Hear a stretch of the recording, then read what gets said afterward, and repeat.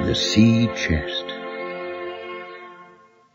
I remember as if it were yesterday the old seaman who came to live at our inn. He was tall and strong, and a black pigtail hung down to his shoulder. His hands were rough, and he had a white scar across one cheek. His name was Billy Bones.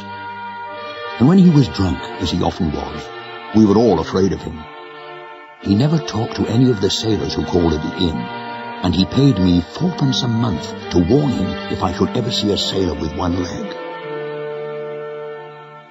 My father was ill at the time, and I was left to look after Billy Bones. He drank so much that Dr. Livesey warned him that rum would kill him. But he didn't care to change his ways, and when he lay weak and helpless in his bed, he told me dreadful stories of walking the plank, storms at sea, and the wicked deeds of men. He had been the mate on board the pirate ship of Captain Flint. When the captain was dying, he gave Billy Bones a map that showed where his treasure was buried. Since that day, the rest of Flint's old crew had been trying to get hold of the map. It was hidden in Billy Bones' sea chest. One frosty afternoon, an old blind seaman, Blind Pew, called at the inn and asked to be taken to Billy Bones. He gripped Billy's hand as he left, and something passed from his hand to Billy's. Fear filled Billy's eyes when he saw what it was. "The black spot," he cried. "Jim Hawkins, listen to me. This black spot means that my old shipmates are coming to get me. They're after my map, Jim. They'll kill me." He sprang up as he spoke, and the strain and shock must have been too much. He fell dead at my feet. Billy Bones died without paying his bills. My mother and I took some money from his sea chest to pay what he owed. There was also a bundle of papers, which I took for safekeeping. That very night, a gang of ruffians broke into our inn. My mother and I hid outside and watched as they searched Billy Bones' sea chest. They took the money that remained there, but they seemed to be looking for something else.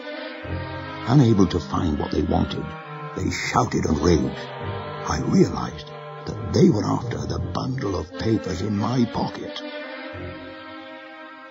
I went to Dr. Livesey and his friend Squire Trelawney and told them the whole story.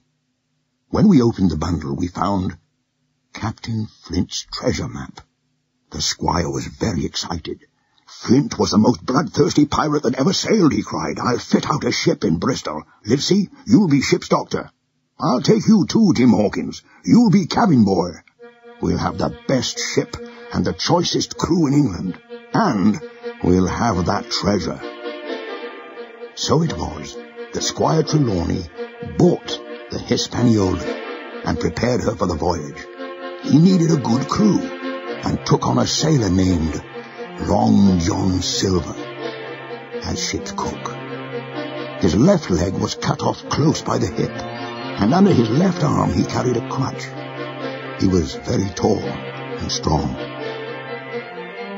This man was very helpful to the squire and helped him to assemble a tough, hard-working crew. In a few weeks, the Hispaniola was ready to sail.